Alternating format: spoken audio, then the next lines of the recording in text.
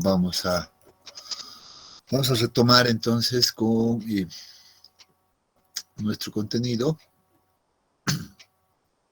Guárdenme un momento que les comparto la pantalla.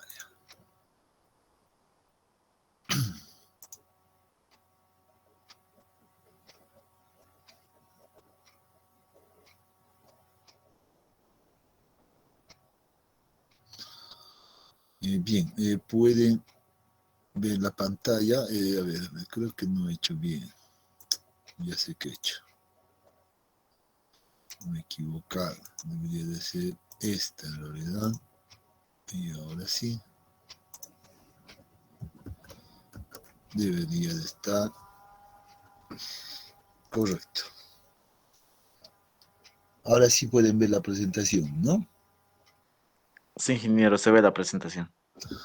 Excelente. Bueno, a ver, un poquito para recordar nada más lo último que habíamos visto era, bueno, todo esto, una revisión de la respuesta de los suelos cuando son sometidos a carga y descarga, que en realidad esto nos define la curva, una curva bastante famosa, que es la curva denominada esfuerzo de formación, ¿no es cierto? Y que en realidad tiene el objetivo esta curva de podernos proporcionar un dato muy importante que es el módulo de elasticidad, ¿no? El módulo de elasticidad del material, que puede ser inicial, habíamos dicho secante y tangente a la vez, ¿no? Entonces, bueno, eso lo habíamos visto ya anteriormente. Lo mismo con los módulos de corte. Seguidamente habíamos hablado de la variación de los esfuerzos pues en función a la profundidad, ¿no? Habíamos dicho que cuando estamos más cerca de donde se está aplicando en este caso la carga, esta carga P, pues eso significa que está actuando el 100% de toda esa carga, y a medida que vamos bajando en profundidad, pues esa carga se va disipando, ¿no? Se va disipando y finalmente nos va a conformar una especie de una zona crítica, que la denominamos bulbo de presiones, ¿no? Donde habíamos concluido que en realidad este límite del bulbo de presiones pues es considerado con el 10% de la afectación de la carga simplemente, ¿no? Y está en función pues esto a las dimensiones de la zapata o a la fundación o donde se va a emplazar la estructura, ¿no? Entonces decíamos, si esta base es muy grande, pues seguramente nuestro bulbo de presiones va a ser también mucho más grande.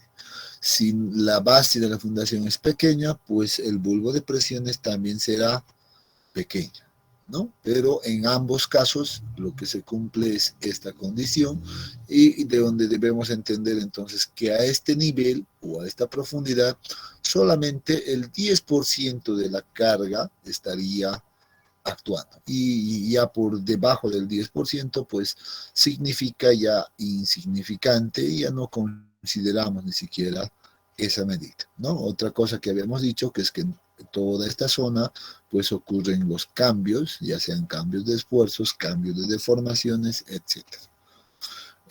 Con esta idea pues habíamos hecho otros apuntes adicionales donde veíamos que a nivel general pues este criterio era aceptable cuando las fundaciones son cuadradas, ¿no?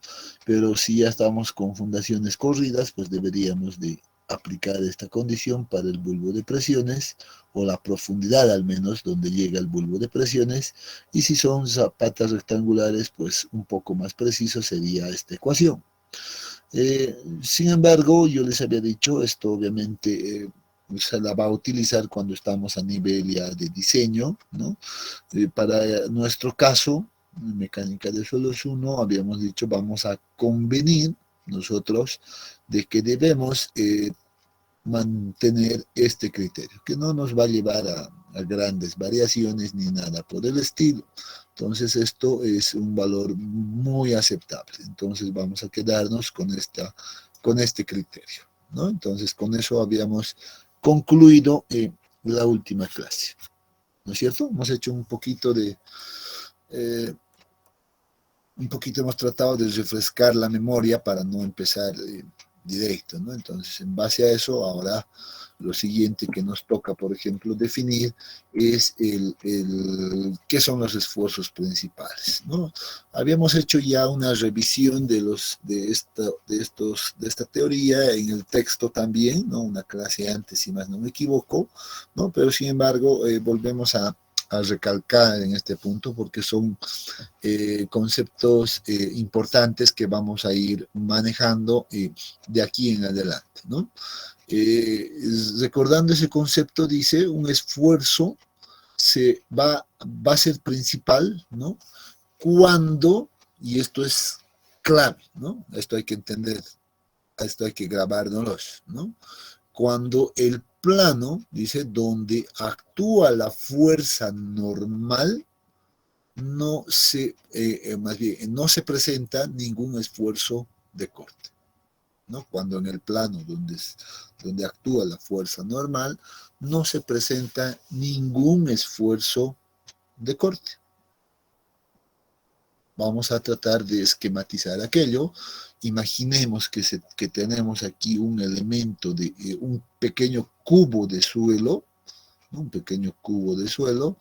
Entonces vamos a imaginar, primero hacer un análisis en este plano, ¿ya? Que lo hemos remarcado de color azul, por ejemplo, ¿no? En este plano, y decimos, bueno, ¿qué pasa si en este plano actúa un esfuerzo normal, pero no hay ningún esfuerzo cortante paralelo a este plano?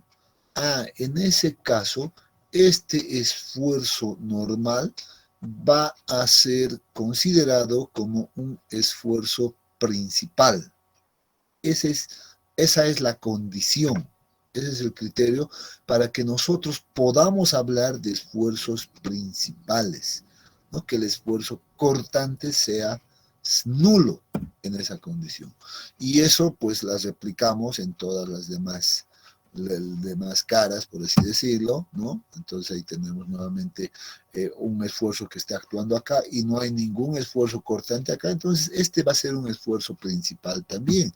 Lo mismo en esta otra dirección. Si no hay ningún esfuerzo cortante paralelo a este plano, pues este va a ser un esfuerzo principal. Y de esa manera, obviamente, hay que aclarar que seguramente a este otro lado estará actuando la misma magnitud de este esfuerzo, ¿no es cierto? Pero ya no la colocamos. Este esfuerzo que en esta otra dirección seguro que va a ser con la misma magnitud. Por tanto, casi siempre vamos a tener, en estas condiciones, más bien, vamos a tener tres esfuerzos principales, ¿no? Es decir, vamos a tener esos tres esfuerzos principales. Además, miren, dice, además, los planos perpendiculares entre sí, estos planos que hemos visto de color azul, verde y café, ¿no? Que son perpendiculares, ¿no? Dice entre sí, en los cuales los esfuerzos tangenciales son nulos, o sea, no hay esfuerzos cortantes. Estos se denominan también planos principales, o sea, estos planos demarcados pues van a ser denominados también planos principales. Y los esfuerzos normales a estos, o sea, estos esfuerzos, pues se denominan esfuerzos principales. Ese es el concepto que debo quedar, ¿no? Con ese concepto me debo quedar. Entonces estamos definiendo planos principales también y esfuerzos principales. Por nomenclatura y conveniencia en realidad dentro de la geotecnia, dice, este esfuerzo de acá, sigma 1, pues es denominado esfuerzo principal mayor, porque suponemos, ¿no? Suponemos ya que casi siempre el esfuerzo en esta dirección va a ser, en este caso, el mayor. Entonces suponemos aquello. Debo decirles, pero no con el ánimo de confundirles, que en muchas situaciones de casos reales, prácticos, no siempre ocurre aquello, ¿no? Por ejemplo, cuando nosotros instalamos unos anclajes en algún muro de contención, por ejemplo, pues los anclajes van a generar fuerzas laterales mucho más fuertes que estos de acá, ¿no? Pero no quiero que nos metamos en eso de momento. De momento vamos a suponer que este es el mayor, por eso lleva sigma 1, ¿no? Pero sigma 1 siempre va a ser el esfuerzo principal mayor, ¿no? Entonces, la cosa es que este sigma 1 puede estar en esta otra dirección, seguro que sí, ¿no? Pero de momento nos quedamos con esta nomenclatura. Sigma 2 pues va a ser el esfuerzo principal intermedio, esta que está en esta otra dirección, y sigma 3 es el esfuerzo principal menor.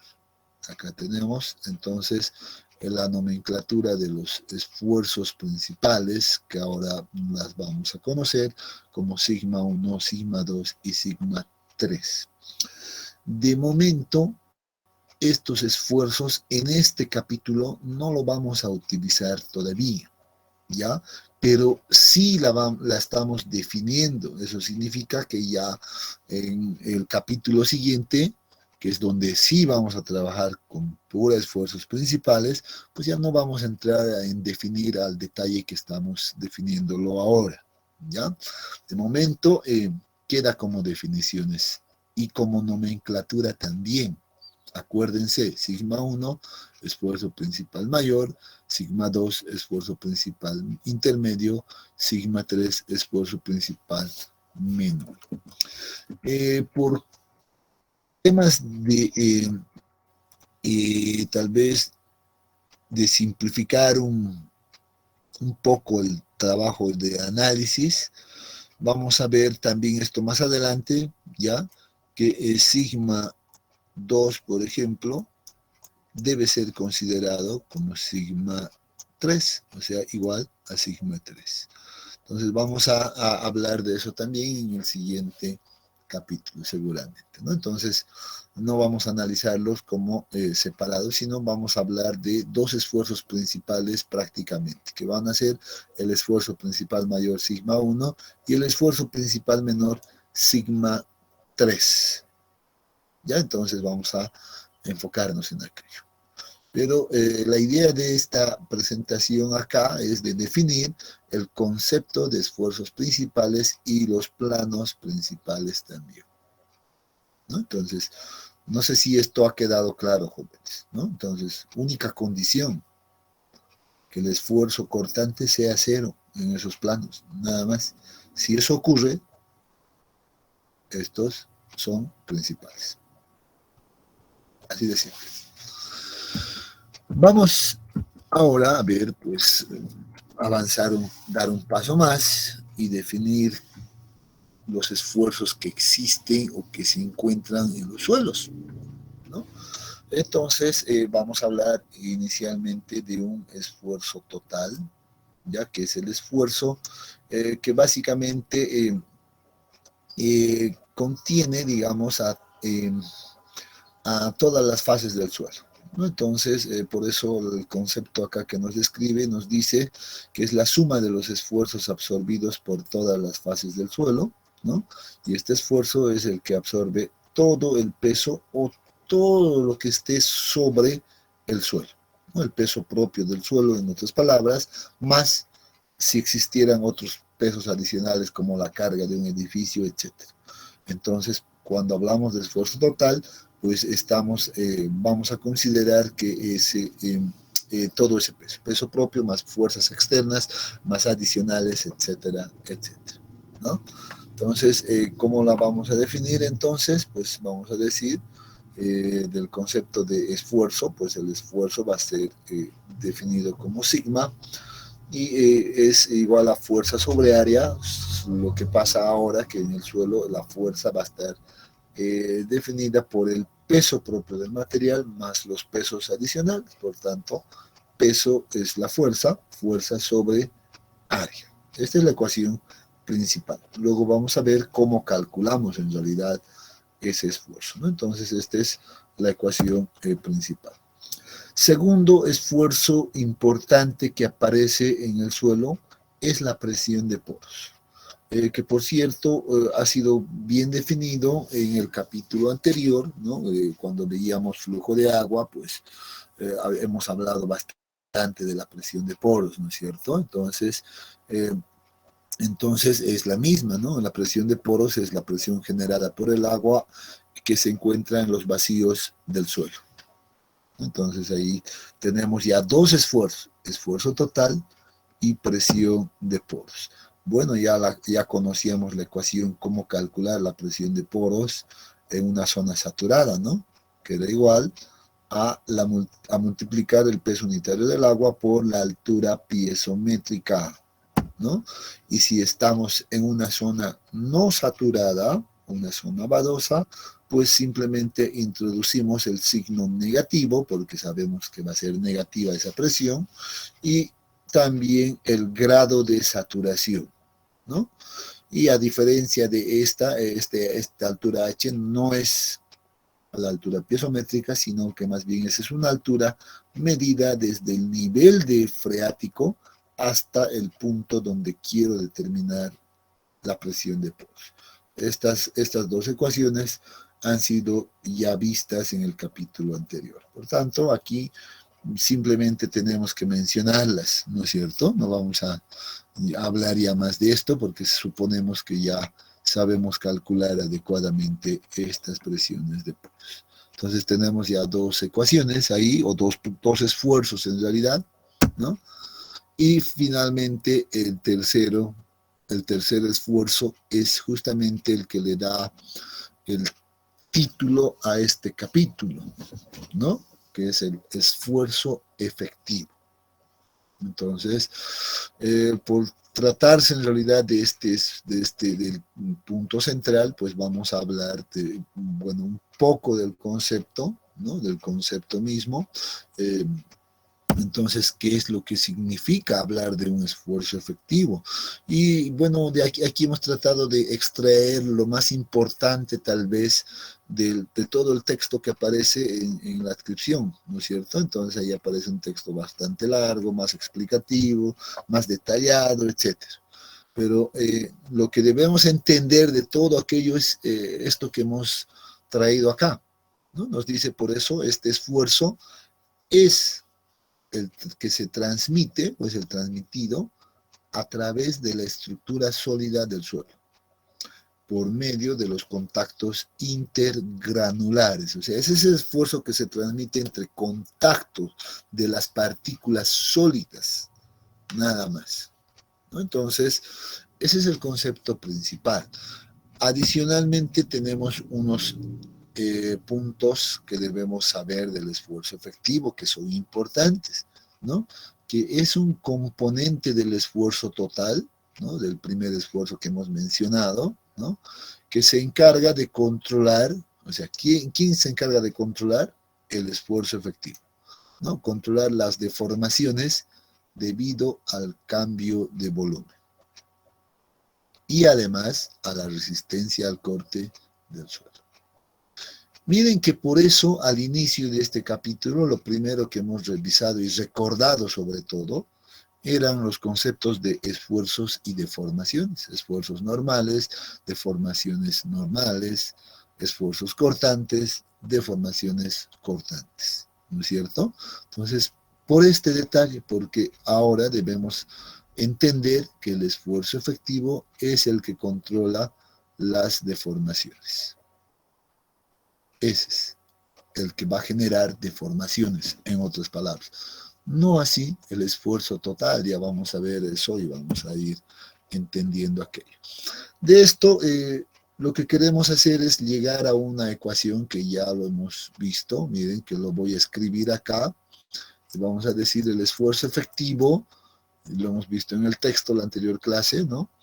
Es igual al esfuerzo total, que se la denomina así, menos la presión de poros. Esa es la ecuación del esfuerzo efectivo. Pero ahora la idea es de que veamos por qué se define de esta manera. ¿No? ¿Por qué? De cómo llegamos a esta ecuación. Bueno, y bueno, vamos a utilizar los conceptos simplemente que hemos visto, o al menos hemos apuntado acá, ¿no? Para poder tratar de describir un poquito ese concepto y luego llegar a esto. Miren, por ejemplo, qué va a pasar. Imagínense que ustedes han agarrado un cierto elemento de suelo en una determinada área y lo que hacen es marcarla ahí, ¿no? Como una distancia X e Y. Y ahora imagínense que han agarrado una especie de un cuchillo y han pasado por ahí, han partido, han generado como una rebanada de suelo, ¿no? Imagínense aquello. Bueno, a simple vista no verán mucho, pero si le aplican una vista microscópica, seguramente van a ver esto, ¿no? Que ahí están las partículas sólidas, seguramente ya en este plano, de distintos tamaños, formas, etcétera. Pero entre estas partículas sólidas hay espacios vacíos, ¿no? Supongamos que el elemento estaba saturado, completamente saturado por agua y por tanto no hay aire. Entonces, todo el espacio vacío estaría ocupado por agua, ¿no es cierto? Entonces vean que por eso ha sido marcada como de color azul en este punto y las partículas sólidas como, bueno, de color café, ¿no es cierto? Entonces, ahora imagínense que vamos a tomar simplemente un pequeño elemento acá o una pequeña partícula sólida, ¿ya? Es la línea punteada, pues va a representar a este plano, ¿no? Va a representar a ese plano y pues vamos a tomar una de estas partículas y vamos a decir que esta partícula está intersectando en el plano, pues en un punto. Pero como yo he hecho un corte acá, seguramente que en la parte superior podría existir, seguro, ¿no? Una partícula que estaba en contacto con esta partícula de acá, que estaban chocando ahí en un único punto. Y puedo entender que esto se repite en todas las partículas que existan en todo el área. ¿No es cierto? Entonces, muy bien, estoy tratando de explicar simplemente ese fenómeno. Todo esto entonces es vacío. Si es vacío, seguramente pues estará ocupado por el agua, etc. Pero ¿qué pasa si hay contacto acá? ¿Qué pasa si hay contacto entre las partículas? Pues va a haber seguramente reacciones. Primero, haciendo un corte, vamos a decir que si arriba había más suelo, más cantidad de suelo, pues esa puede quedar representada por una fuerza normal, ¿no? Que va a estar transmitiendo el peso en esta dirección, ¿no? El peso del suelo va a ser transmitido en esta dirección, a la cual la podemos definir como una fuerza normal inicialmente. Debido a este peso, ¿no? Todo este peso seguramente pues se va a transmitir, pues una parte de este peso se va a transmitir por la parte sólida y la otra parte por la parte vacía, ¿no es cierto? Entonces en ese momento pues la partícula que está abajo pues va a reaccionar, ¿no? Con una intensidad que la vamos a denominar una fuerza P sub I, ¿no? Hacia arriba, tratando de contrarrestar a esto. Pero como esta fuerza es aplicada no solo en la parte sólida, sino que también en los vacíos del suelo, pues el agua que está presente acá, ¿no? En los vacíos, también va a reaccionar, ¿no? ¿Y cómo reacciona?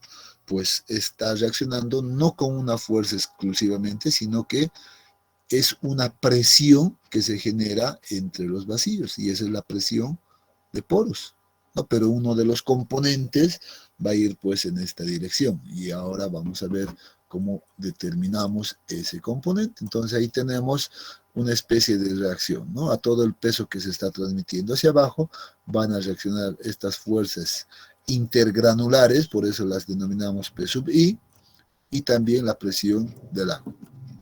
Entonces, si hacemos una simple ecuación de equilibrio, basándonos en los principios básicos de la física, pues, ¿qué es lo que tendríamos acá de este esquema?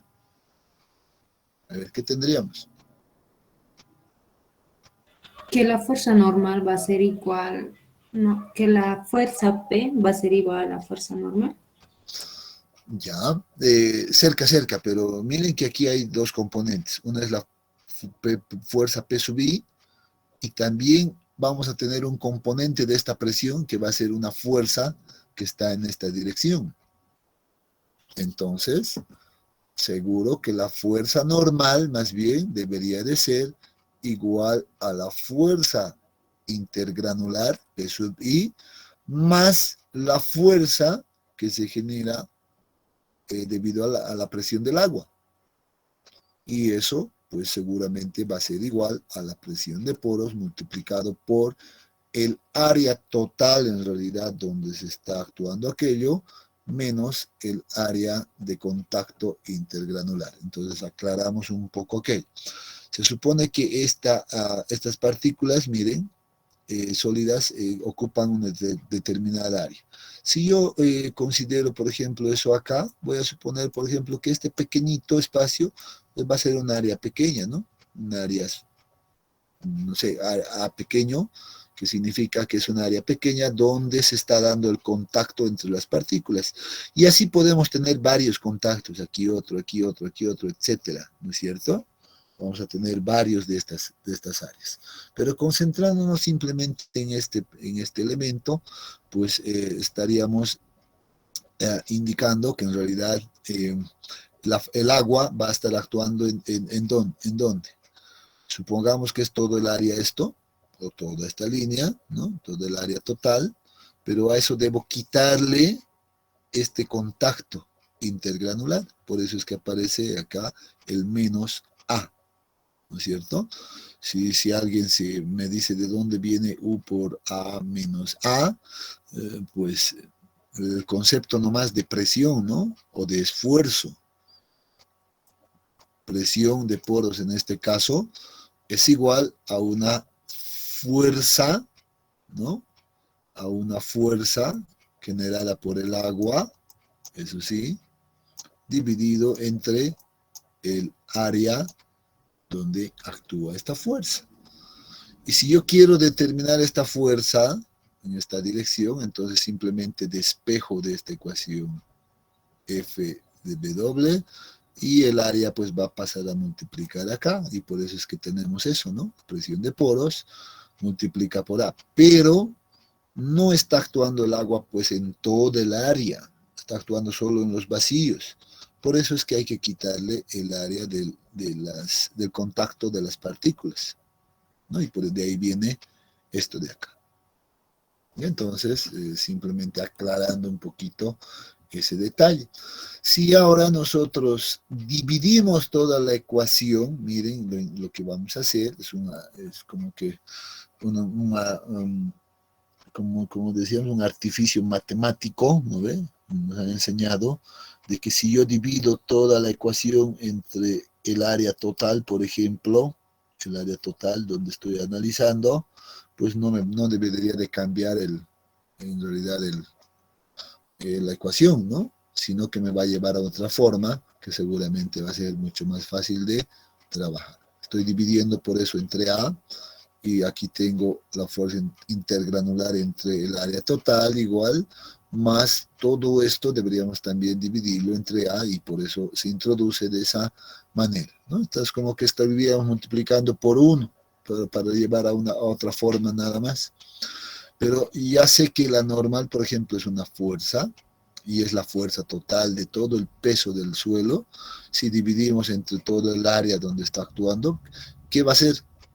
Fuerza sobre área, nuevamente, fuerza sobre área es presión o es esfuerzo, ¿no? Al final, la denominación. Lo mismo, sé que aquí tengo la fuerza intergranular dividido entre el área, aquí tengo la fuerza intergranular dividido entre todo el área, pues es fuerza sobre área, también es un esfuerzo, ¿no es cierto? Entonces aquí tengo dos esfuerzos. Y de aquí vengo pues a recordar lo que habíamos indicado acá. Muy bien. La fuerza normal dividida entre todo el área, pues va a ser igual al esfuerzo total que se genera en este esquema. Y esto va a ser igual, miren que el esfuerzo intergranular entre el área tiene que ser el esfuerzo efectivo. ¿Por qué el esfuerzo efectivo? Porque aquí hemos dicho que es el esfuerzo efectivo, su concepto nos dice, es el esfuerzo que se transmite a través de la estructura sólida. O sea, eso es lo que estamos haciendo, ¿no? Por medio de los contactos intergranulares. Entonces, si ese es el concepto, pues le digo que entonces estamos hablando de un esfuerzo efectivo, ¿no? Y aquí simplemente haciendo operaciones tenemos que A sobre A es 1, etcétera, aquí menos.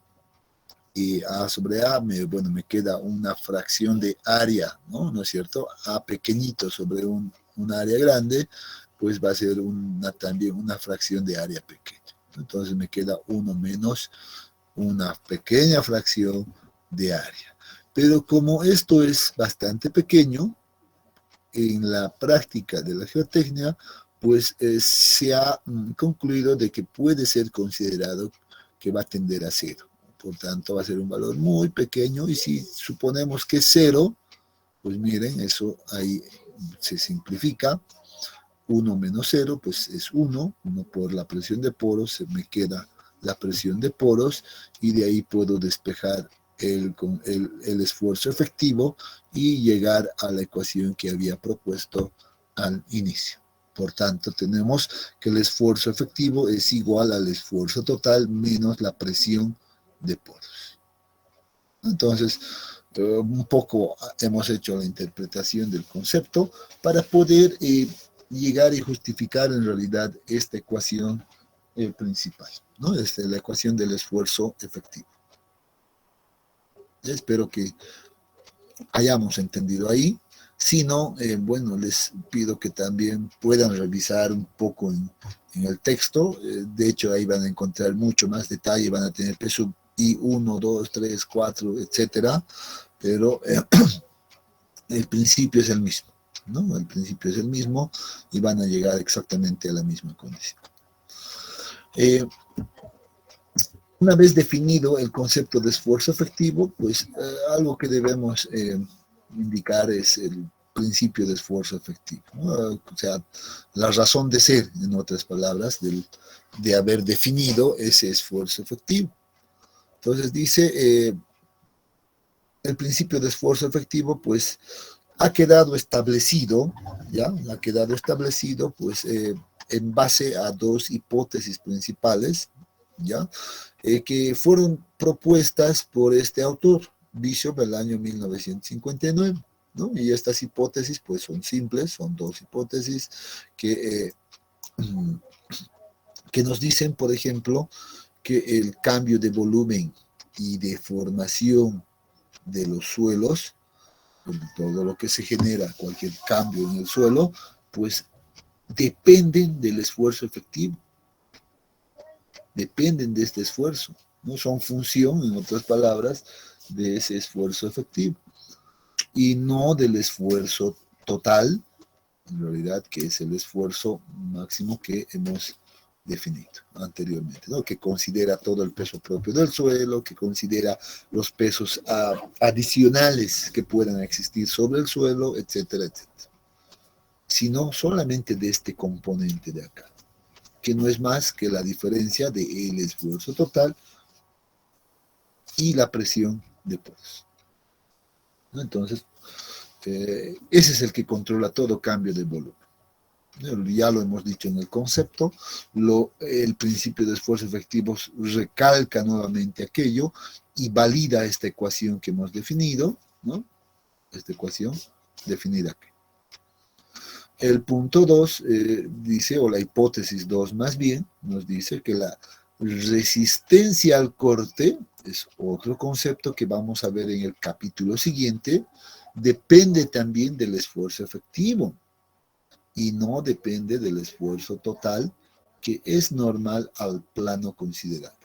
De hecho, esto lo vamos a ver con más detalle en el siguiente capítulo, vamos a volver a recordar el segundo principio del esfuerzo efectivo, les voy a decir, pues hacía referencia a la resistencia al corte. O sea que también la resistencia al corte depende del esfuerzo efectivo, ¿no? Y bueno, ahí vamos a definir una ecuación de este tipo, donde dice este tau es el esfuerzo cortante, es igual a un factor C', ¿ya? Más el esfuerzo efectivo, miren, el esfuerzo efectivo multiplicado por la tangente de un ángulo, ¿no es cierto? Pero nuevamente aparece aquí este esfuerzo efectivo, ¿no? Esto. Entonces aparece aquí. Bueno, son dos hipótesis que debemos tener en cuenta. Más que todo es un respaldo, ¿no? Es un respaldo de las ecuaciones que se están proponiendo acá. Bueno, creo que con esto hemos terminado de revisar toda la parte teórica. Eso es toda la teoría que debemos saber de este capítulo. Ahora debemos pasar a la parte práctica, a ponerle valores, a ponerle números, a saber qué hacemos en esta condición, cómo calculamos, etcétera, etcétera. Que tal vez es la parte más importante, ¿no es cierto? Entonces, miren que vamos a ver ahora como siguiente punto el cálculo del esfuerzo efectivo. Y alguien me dirá, pero el cálculo del esfuerzo efectivo es simple, hay que utilizar esa ecuación que hemos definido anteriormente. Sí, correcto, así debemos hacerlo. Pero la estrategia nos dice que debemos separar en realidad esas componentes, o sea, el esfuerzo total, y luego la presión de poros, y luego hacer una simple diferencia como la ecuación no las indica. O sea, no es nada complicado. Lo que nos complica a veces es la condición en la cual estamos calculando el esfuerzo efectivo. O sea, posición del nivel freático, o sea, cargas a considerar sobre el terreno, cómo las consideramos, etc. Pero después la ecuación no va a cambiar en lo absoluto, se mantiene como la hemos definido. Entonces, esa ecuación de memoria debemos aprenderla. Y no, obviamente no es la gran cosa, son 3 variables que están ahí introduciéndose, ¿no? Entonces, seguro que para todos eso es simple también, ¿no? Por eso dice, para el cálculo del esfuerzo efectivo a lo largo del terreno, a lo largo de toda la profundidad del terreno, podemos aclarar, se requiere determinar, bueno, aquí un término que lo llaman inclusivo o algo así, ahora se me ha debido pasar acá, ¿no? Se requiere determinar por separado el esfuerzo total y la presión de poros, de manera independiente, quiero decir. Y una vez que tengamos esos valores, pues simplemente aplicamos la ecuación de esfuerzo efectivo que ya la conocemos. Así de simple. Entonces, bueno, yo digo, se supone a estas alturas que todos sabemos calcular la presión de poros, porque esto viene de un capítulo previo. Entonces, ya no deberíamos de prestarle mucha atención a eso, sino más bien, miren, ¿dónde? Aquí, de momento. ¿No? Entonces, si calculamos esto, pues esto va a resultar ser sumamente simple de hacer la diferencia. Por tanto, vamos a empezar inicialmente por esto. Y vamos a decir, bueno, ¿cómo calculamos el esfuerzo total? Simple. La ecuación que habíamos definido hace un momento era esto, ¿no? Donde nos decía el esfuerzo total es igual a todo el peso, ¿ya? Que considera peso propio, pesos exterior, cargas exteriores, etcétera, dividido entre una determinada área. Así de simple. Pero ¿cómo lo vamos a llevar entonces esto a una nomenclatura mucho más fácil o mucho más fácil de entender? Pues yo propongo en este punto hacer un pequeño ejemplo, un pequeño esquema para que esto quede completamente claro. Para eso nos vamos a proponer este perfil de dos estratos, así de simple, dos materiales, ¿no?, diferentes, o inclusive puede ser un único material que está más bien se me ha ido el término, ¿ya? Puede ser un material donde una parte esté saturada y otra parte esté húmeda, ¿no? Y este puede ser el nivel freático, ¿no? Entonces este puede ser el nivel freático y de igual manera vamos a ver cómo calculamos este valor. Miren que aquí estoy suponiendo, para este caso, vamos a suponer que el nivel freático está acá arriba. Eso significa que todo está saturado, ¿no es cierto? Muy bien.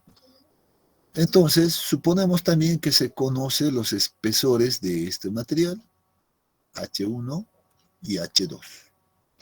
Y si suponemos que conocemos, pongámosle valores. Pongámosle que este es 2 metros y este que sea 3 metros. Ups.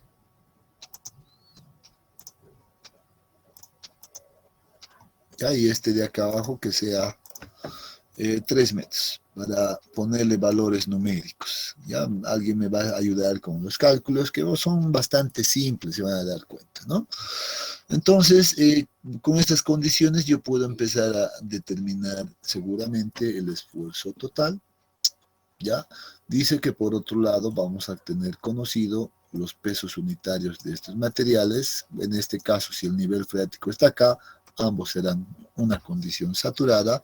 Le podemos poner, por ejemplo, acá un valor de 18 kilonewtons metro cúbico para tener unos datos numéricos, metro cúbico, y acá le pongamos un valor de 20 kilonewtons metro cúbico. Kilonewton metro cúbico, que son datos importantes. Eso es lo que conocemos del suelo en lo general. Entonces, ahora viene la pregunta, ¿cómo relacionamos estos datos con esta ecuación? Y nuevamente la estrategia que les he dicho, ¿no? Si donde vea peso, las relacionamos con el peso unitario del material, ¿no? ¿Y cómo relacionamos eso? Pues a través de la definición de esto. No sé si lo tengo acá, a ver. Veo que no. Si no, no lo tengo. Lo voy a escribir y lo voy a aclarar entonces acá. Bueno, aquí vemos, por ejemplo, unos puntos auxiliares que me están mostrando el punto de transición entre un estrato y otro estrato, definidos por un punto A y un punto B. Entonces, supongamos que la tarea sea, supongamos que nuestra tarea sea determinar el esfuerzo total en el punto A y también determinar el esfuerzo total en el punto B, ¿no es cierto? Que esa sea nuestra tarea. Entonces, les decía, bueno, para cuando vemos peso, lo primero que debe venirnos a la mente es lo que ya hemos visto hace mucho, ¿no? Entonces, agarrar el concepto de peso unitario y decir, peso unitario es igual a peso sobre volumen, pero el volumen puede ser escrito o reescrito en términos de área por altura, ¿no es cierto? Una determinada altura H, digamos H mayúscula, bueno, la nomenclatura que veamos conveniente. En este caso, eso sería la definición de peso unitario. Si despejamos de acá el peso para introducirlo acá, pues vamos a tener que el esfuerzo total, en todo caso, va a ser igual al peso, que va a ser igual al gamma del suelo, ¿no? O inclusive podemos decir el esfuerzo total en cualquier punto va a ser igual pues a su peso unitario de ese suelo multiplicado por el área, ¿no? Y multiplicado por H. ¿Qué es H? H es el espesor del suelo. Todo esto dividido, miren, que esto debo dividirlo entre el área que aparecía acá, y de esa manera podemos simplificar estos dos componentes, y miren que el esfuerzo en cualquier punto puede ser determinado como gamma sub I por H. Así de simple. Como el peso unitario es conocido, el espesor del estrato es conocido, entonces esto es bastante simple de calcular. Claro que esta primera ecuación pues funcionaría solamente si tuviéramos un único estrato. Pero ¿qué pasa si tenemos dos estratos o más estratos inclusive? ¿Cómo cambiaría aquello? Pues básicamente no va a cambiar mucho.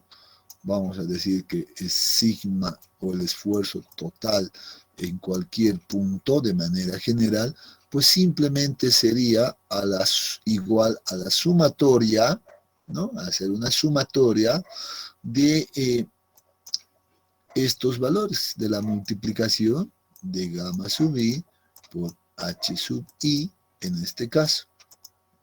Bueno, aquí me olvidé del sub i y listo. Entonces la expresión general pues nos quedaría de esa manera. Entonces vemos que la ecuación es bastante fácil de manejar, fácil de recordar, etcétera, y podemos entonces ahora calcular este ejemplo que habíamos dicho. Entonces calculemos, por ejemplo, el esfuerzo total, para el punto A. Entonces, miren que me voy a ubicar aquí en este nivel y voy a decir, bueno, sé que por concepto el esfuerzo total me dice que es igual a todo el peso que está en el suelo, el peso propio del suelo, y si hubiera alguna otra carga más aquí arriba, pues también tendría que considerar esa carga que estuviera ahí arriba, pero en este caso no, es nuestro primer ejemplo. Entonces, solamente debemos de considerar al peso propio, ¿no? Hasta este nivel, ¿no? ¿Qué peso propio está soportando? Entonces, está soportando el peso propio del estrato 1. Por tanto, todo este espesor H1, ¿no? Entonces, eso es igual a decir, bueno, ahora nos vamos a la ecuación, pues el peso unitario es de 18 en este caso, 18 que multiplicamos por su espesor H. Miren, entonces eso es 2 metros y en este caso tendríamos 18 por 2. 36. Muy bien, 36 kilopascales. Así de simple. Entonces miren que hemos calculado así de fácil. Si quiero determinar para el punto B, bueno, no hay problema. Miren lo que voy a hacer así de simple. Ahora sí estoy con esta ecuación, debería de aplicar esto y decir, ajá, en este caso ya tengo dos estratos. Entonces digo, va a ser igual a la sumatoria de la multiplicación de sus pesos unitarios por su respectivo espesor. Ah, muy bien. En este caso yo puedo hacer ya de manera ya mucho más práctica y decir, hasta el punto A yo ya tenía calculado aquello y eso es 36. ¿No es cierto? 36 kilopascales. A esto debo sumarlo porque me dice que es una sumatoria, pues lo que representa el peso propio de este estrato, por tanto eso va a ser igual a 20 por 3, que seguramente es 60 aquello, ¿no? 20 por 3 es 60 y como resultado nos va a dar 60 más 30 son 90 más 6 son 96 kilopascales. 96 kilopascales de esfuerzo en el punto B. ¿No es cierto? Si alguien me dijera, pero ¿cuánto es el esfuerzo total en este nivel de acá? ¿Cuánto será? Aquí, no sé. Cero, correcto, porque no hay nada encima, ¿no es cierto? No hay ningún peso que esté soportando. Entonces, en la práctica, esto resulta ser muy práctico de hacer una gráfica en función a la profundidad.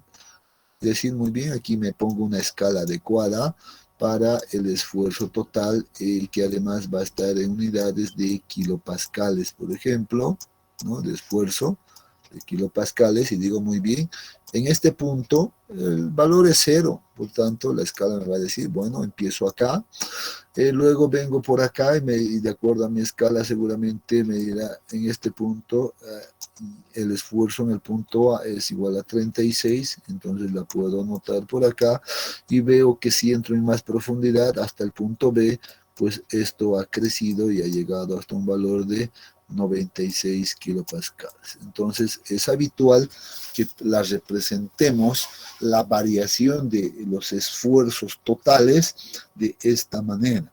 También es habitual que pueda, o que debamos más bien, calcular estos valores en cada cambio de material, en cada cambio de estrato, así como lo estamos viendo acá. Claro que también seguro podríamos calcular el esfuerzo total a una profundidad intermedia, ¿no? Eso nadie me lo impide. Lo único que tengo que saber o conocer es la distancia que seguro va a existir entre este punto y este punto, y con eso voy a determinar también ese valor. Nada me lo impide. Pero la idea es generar un diagrama de este tipo. Y así calculamos el esfuerzo total. ¿Qué les parece? Fácil, ¿no es cierto? Bueno, es fácil de momento, y quiero decirles ahí, no se confíen, porque todavía no estamos hablando de cargas acá, ¿no? De algunas cargas que podemos colocar, que vamos a verlo más después cuando estemos viendo el cambio de esfuerzos efectivos. Pero ya sabemos calcular el esfuerzo total en unos estratos así de simples o fáciles acá, ¿no? Entonces, para complementar esto, podemos calcular, por ejemplo, o hacer el cálculo del esfuerzo efectivo ya. Miren que estoy hablando ya de hacer el cálculo de esfuerzo efectivo, no estoy hablando de solo hacer, determinar el esfuerzo total, ¿no? Entonces, efectivo, entonces ya debo aplicar esta ecuación. Entonces, dice inicialmente considerando una condición hidrostática. ¿Qué significa una condición hidrostática? A veces este término confunde mucho, ¿no? Cuando hablamos de una condición hidrostática, pues estamos hablando que en esa zona, en ese lugar, pues no va a existir movimiento del agua. Que si hay agua, pues el agua está estático, no hay cambio de presiones, no hay nada.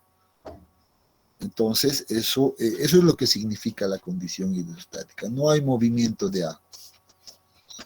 Entonces, con eso, pues, por ejemplo, vayámonos a ver el primer ejemplo que habíamos mostrado también en el texto, ¿no es cierto? En el texto hemos visto este modelo.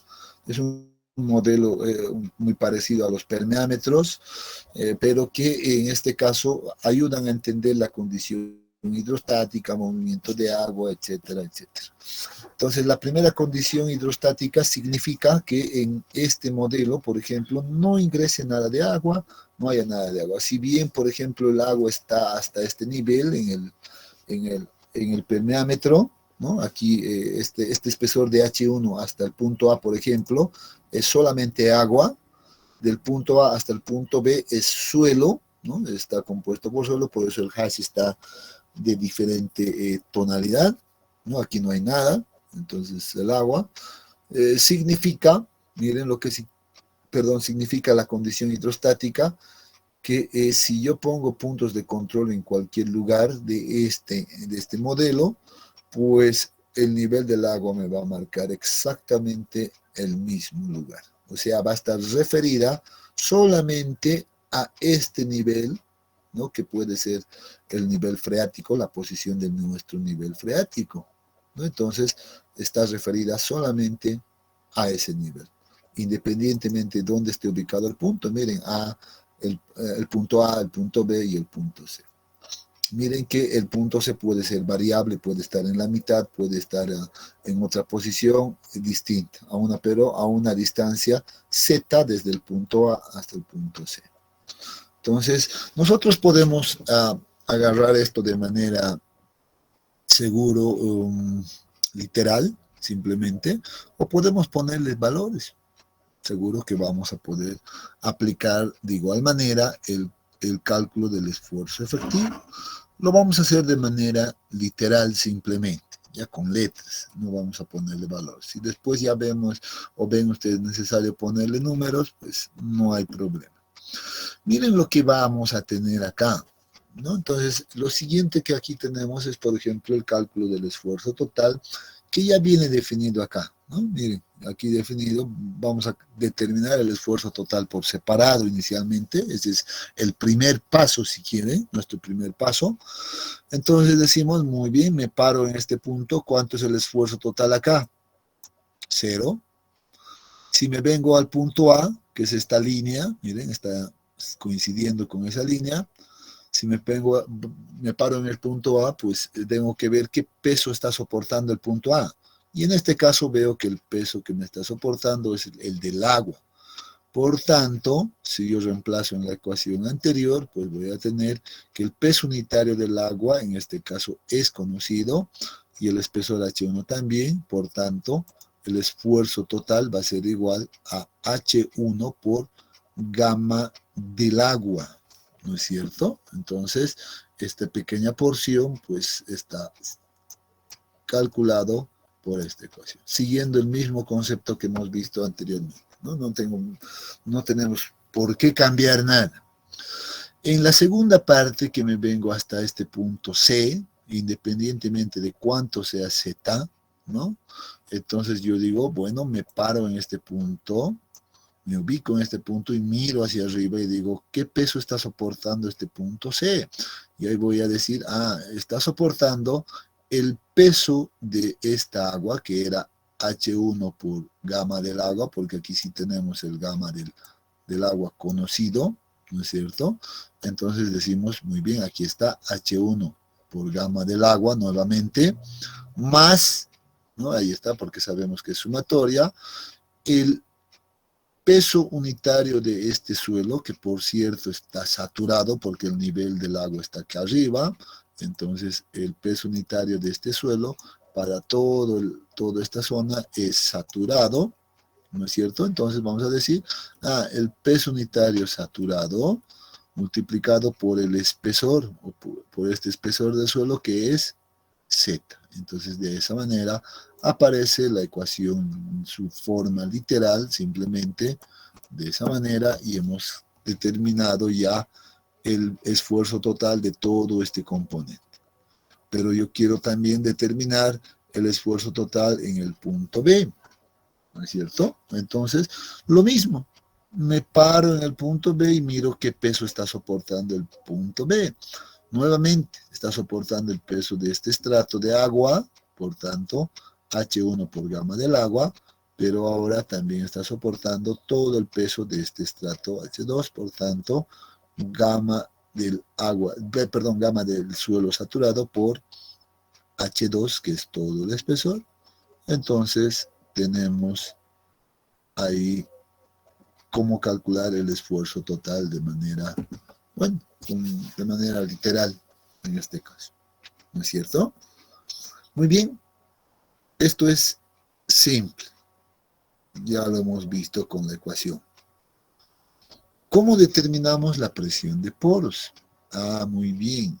En este caso, nosotros, no sé si está por acá, ya vamos a empezar nuevamente por el punto A, ¿no? Pero debemos recordar, por ejemplo, que la presión de poros es igual al peso unitario del agua multiplicado por una altura piezométrica.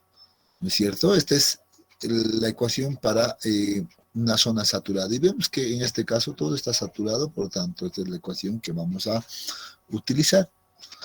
Por tanto, me voy a ir hacia el punto A, ¿no? Y esta es la idea que quiero que se les quede para los demás ejemplos, no solo que veamos en los siguientes casos, sino definitivo. Si yo quiero calcular la presión de poros en cualquier punto, siempre debo imaginar que voy a tener instalado un piezómetro, así como en estos modelos. Esa es la estrategia, esa es la clave que debo hacer. Quiero determinar presión de poros en el punto A, supongo que le he instalado un piezómetro, así como en este caso, y debo decir hasta dónde me marca la altura del agua en este piezómetro. Pues muy bien, para este caso, miren, para el punto A, la altura piezométrica del punto A es esta. Y veo que esta altura en realidad es igual, miren, esto es igual a H1, para este caso, ¿no? Es igual a H1. Bueno. Por eso es que aparece aquí, pues, nuevamente, que la presión de poros es igual a H1 por gamma del agua, porque la altura piezométrica para el punto A, ¿no?, es igual a H1. Entonces, ahí tenemos esa ecuación. Lo mismo, paso al punto C y debo imaginar que instalo un piezómetro en ese punto y veo.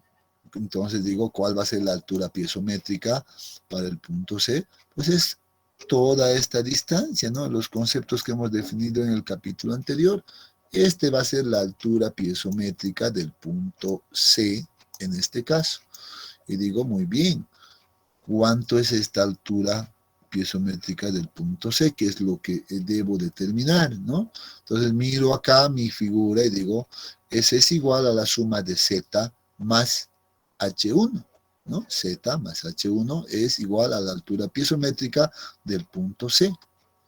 Entonces, por eso aparece acá, por ejemplo, todo esto, que es H1 más Z, esa es la altura piezométrica, y a esa debo multiplicar simplemente por el peso unitario del agua. Aquí está la ecuación general, ¿no? Y de esa manera calculamos la presión de poros en este punto. Luego pasamos a este punto y lo mismo. Imagino instalar un piezómetro en el punto A y veo dónde va a marcar, en este caso está claro, y me voy a venir a definir que la altura piezométrica, ¿no?, del punto B es todo esto. Y veo aquí en la figura igual a ¿qué es? Pues es igual a la suma de H1 más H2.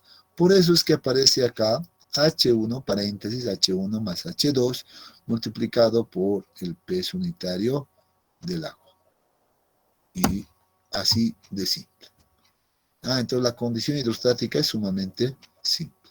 Ahora, ¿qué debo hacer? Para el esfuerzo efectivo, simplemente debo aplicar la ecuación que es igual al esfuerzo total menos la presión de poros. Simple matemática. 0 menos 0 es 0. Esto menos esto es 0 porque es igual a H1 por gamma de agua menos H1 por gamma del agua es 0. Entonces la trayectoria va a venir así, miren, ¿no? Luego vengo acá y hago la diferencia, esto menos todo esto. Seguramente que debería de hacer operaciones para encontrar de que eso es igual a Z por gamma prima, ¿no es cierto? ¿Qué es gamma prima? Bueno, aclaramos y recordamos, gamma prima es igual al gamma saturado del suelo menos gamma del agua. ¿No es cierto? Entonces, muy bien, no sé, si quieren podemos verificar si llegamos a aquello o no llegamos a aquello. Entonces yo puedo agarrar y voy a verificar acá simplemente esto para estar tranquilo y que todos estemos tranquilos de esa ecuación. Entonces voy a decir H1 por gamma 1, perdón, gamma del agua, más Z por gamma saturado, ¿no? Ahí tengo esta primera ecuación. Dice, debe ser menos a todo esto. Bueno, aquí voy a multiplicar el gamma del agua a cada uno de estos, entonces voy a tener menos H1, miren, ¿no? Por gamma del agua, ahí tenemos gamma del agua, más, pero ahí está el menos, pues tiene que ser nuevamente menos, ¿no es cierto?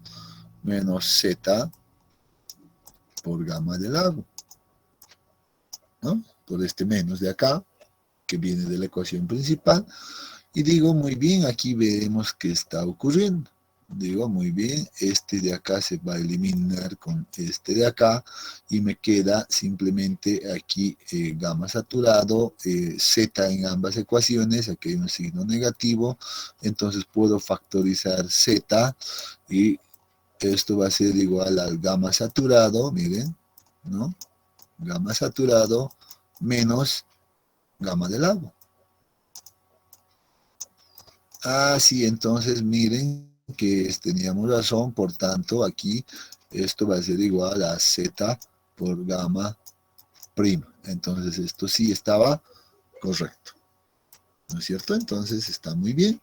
Puedo hacer exactamente lo mismo acá y hacer la verificación. Miren que esta la voy a multiplicar acá, va a ser H1 por gamma del agua, nuevamente se va a ir este término, ¿no? Aquí se va esto, y aquí me queda gamma del agua por H2, ¿no?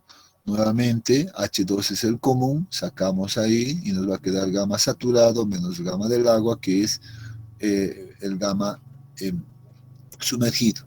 Entonces, ya he visto que esto también está correcto y determinamos de esa manera el esfuerzo efectivo. No vale la pena, creo, escribirlo de nuevo todo esto. Y así aplicamos simplemente la ecuación. ¿Qué tal, jóvenes? ¿Qué les ha parecido? ¿Fácil o difícil?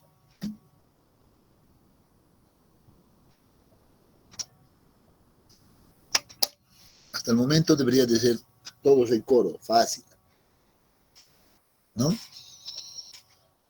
Ya mañana nos vamos a complicar la vida un poquito. Bien, quedaremos acá. Mañana vamos a ver esto rápidamente, el flujo ascendente y flujo descendente, muy rápido porque es muy parecido a lo que hemos hecho. Vamos a explicar algunos detallitos nada más y luego ya nos vamos a entrar a ver lo que son los cambios de esfuerzos efectivos, que es lo más importante de este capítulo, ¿no? Entonces, quedaremos acá, jóvenes, ¿ya? Nos vemos mañana entonces para continuar con esto. Pero vayamos ya practicando. Os digo, hay que empezar a practicar bastante esto para no equivocarnos después. Bien, entonces que tengan muy buenas noches y nos vemos mañana.